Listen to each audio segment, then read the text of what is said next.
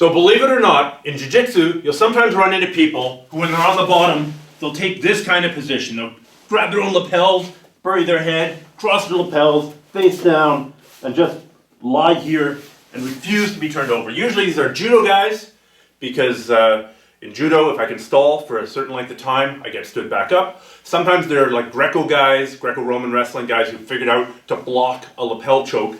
If you go here and you really crunch your neck in, it's hard to choke you.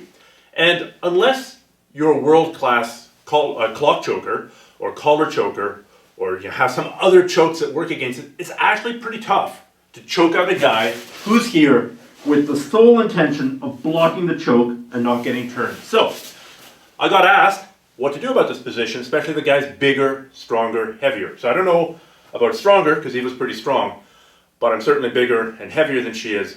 So I'm going to show you, using her, what to do if you run in one of these guys who's just belly down and defending the choke for all he's worth.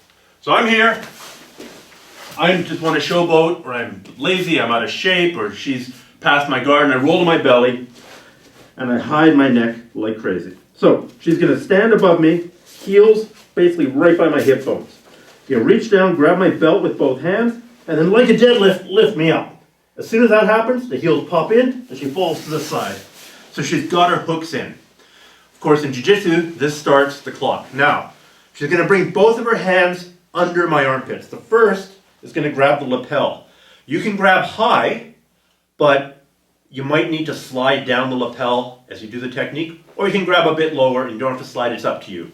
The other hand comes under the arm and goes behind the head. Here. Essentially, this stops me from turning. I can't turn into her because of this hand here. As I turn here, this tightens up on my armpit. If I try and turn away from her, this catches. So I'm kind of immobilized here. Now that I'm immobilized and stopped from turning, she's going to drop the bottom hook.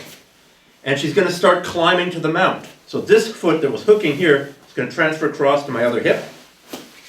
And using the heel, she's going to use that to scooch around to the mount. It's not a very comfortable position, but it's also not a finishing position either.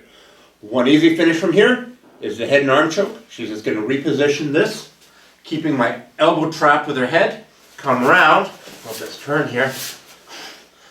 Put her hand on her bicep, put her other hand behind her head. Now, she's going to go back. Okay, just go back how you were, please. Just squeeze. Just squeeze, do it wrong. Just not comfortable, but I'm not getting choked out. Part of it is that my chin is here protecting me. So she has to drop her weight down, put her shoulder right on my chest, and now go up. It's popping the head off. It's like, thank you. It's like popping the head off of a daisy. You know, bring your thumb down, in, and up. Or it's like in Star Trek, in episode 7 of season 2, when they beam down to that planet and they run into that problem and there's that race of people.